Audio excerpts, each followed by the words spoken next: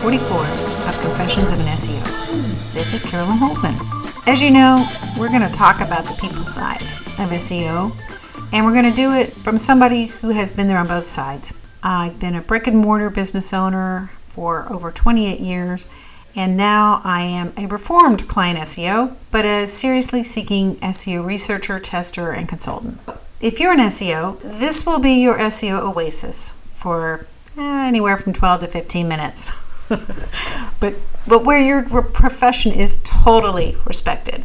And for business owners or principals that are working with an SEO marketing group, you really want someone further down the path than you are. So expect to feel like you're being left in the dust when they start talking about SEO. It's not just a matter of you not having enough time. You really need them. And I hope that in the course of these next few minutes, you'll hear something that will both illuminate your interactions, help you understand the SEO group that you're working with, and when you need to evaluate the work being done, be able to do it just a little better without trying to get down in the weeds and right in the middle of it.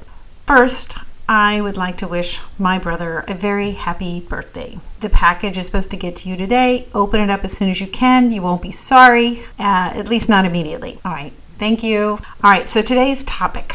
What's up with Google's index? I thought we'd talk in general about Google and what it's indexing, why we need to care, and what are we doing during the times when new content isn't really getting into the index, and maybe ended on some thoughts. All right, today is day 62 on the Google Index Stakeout. Now, if you haven't heard about this before, it's a public research project that I'm doing.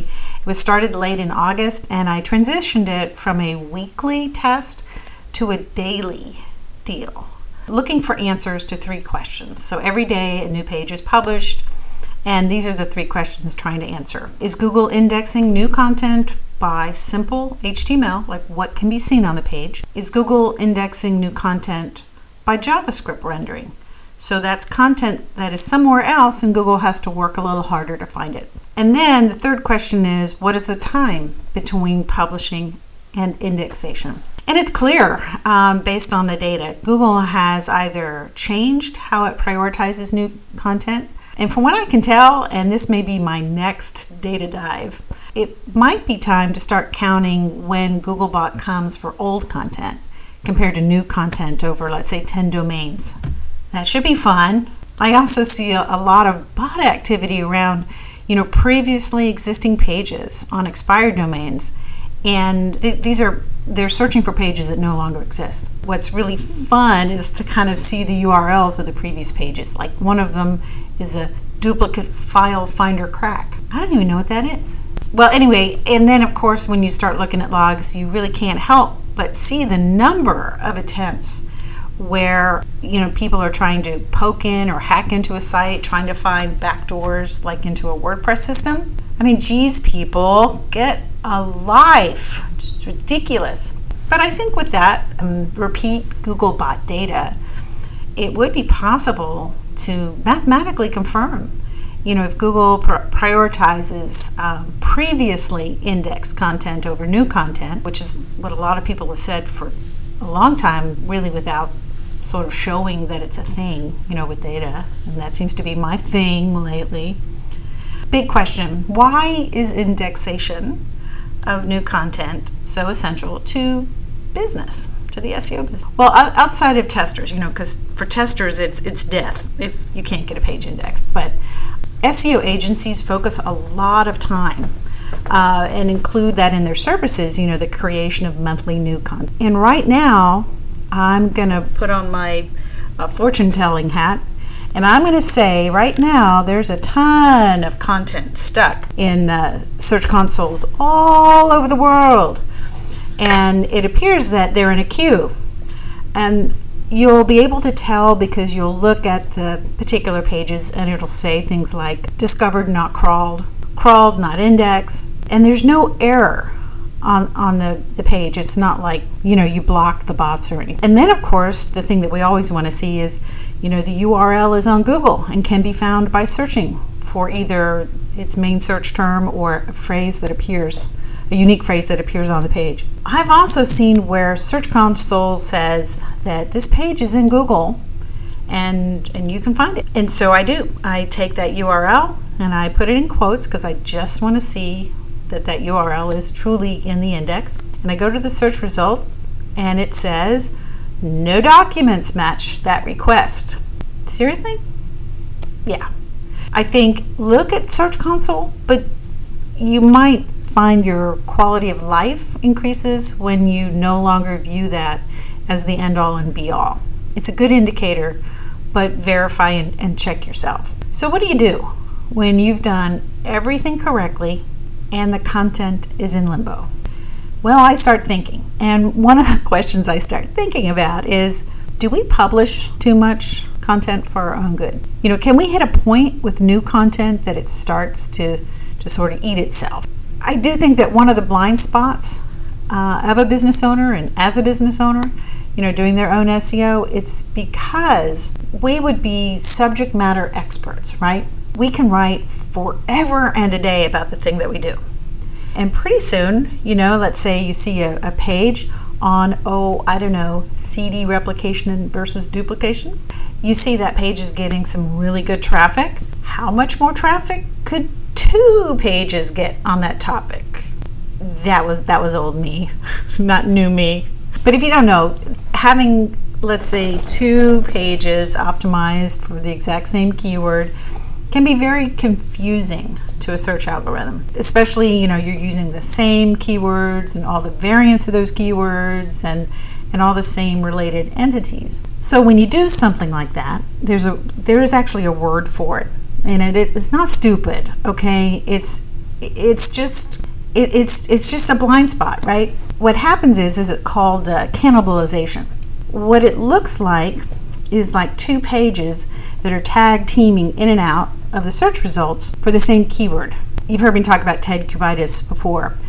He differentiates some of that behavior as time sharing, which may or may not be cannibalization. But either way, I see that as a form of self-imposed volatility in the SERPs. And the first time I saw this in the wild was for a term related to goat milk soap. I was looking in you can call it Hrefs or Ahrefs, where for the same term, every week I noticed a different page URL ranked for that term, and the other one disappeared. So you'd see like one color string, and then the next week you'd see another string and the color related to the different page URLs. It's pretty.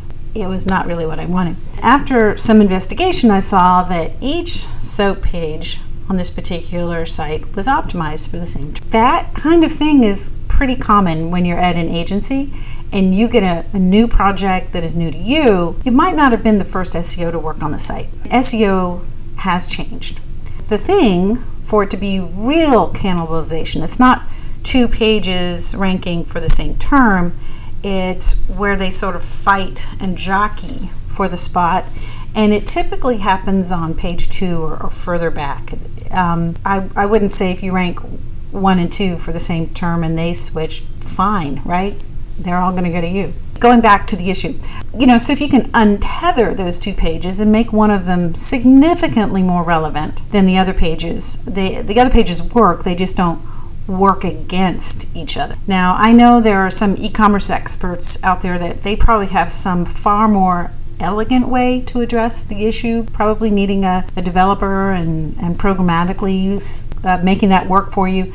For the purpose of illustration, I just want to say you're not stuck if you see this on your website and you don't have a programmer at hand. The other thing I start thinking about, and this is also another big question in my mind, what if this is a wounded Google?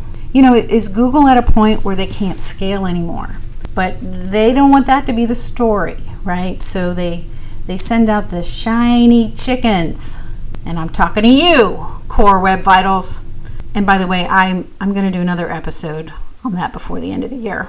But have you seen how few items in Google's index are accessible to us? They'll say there's millions or trillions of documents, but when you start digging down in pages past page 1, we can't really access more than really around 200 of them if we're searching by keyword phrases and not going to, let's say if it's a site that we know we don't need to search for, we just go right to it. You can see this yourself. If you're taking a break, whatever, go ahead and look something up. And you'll see what I'm talking about. Once Google returns a result page, you look right under the bar where you typed in your search phrase. And you'll see a series of numbers. That'll be like on the left. And then a little bit to the right of it, there'll be something that looks like a time duration. And what those signify is that's Google saying, this is how many documents we have in our index on this topic. And this is how long it took us to find them for you. Ta-da! Then what you would do is, you've got your page 1, so start clicking, page 2, page 3, page 5, page 10, whatever. Just keep going back, and at some point you're going to hit a phrase that says, basically, this is all we have. And in order to show you more relevant results, because we've taken out some entries very similar to the, 155 that we've already displayed. And if you like, you can repeat the search with the omitted search results included. But can you? So you think, yes, I will do this. So I'll repeat that search with the omitted search results included. And I keep going, click back, click back, click back. And suddenly underneath that bar, where it was telling me like pages 1 through 33 that it had, 17 million documents, I hit page 4 and it changes. Page 34. And it changes and it'll say like page 34 of about 337 results. So why can't Google show us what they got? Here's where I might go to the dark side on you. I hope not, because I really want to keep this positive. Now, this topic was first raised on an SEO Fight Club a while back. Is Google even a search engine anymore?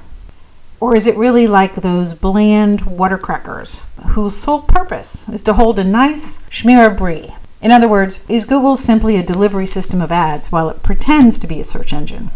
I won't tell you this funny story. I might. Okay, because it just dawned on me. I remember long ago, before there were a lot of websites or anything, I confused having an email address as the same as having a website address, okay?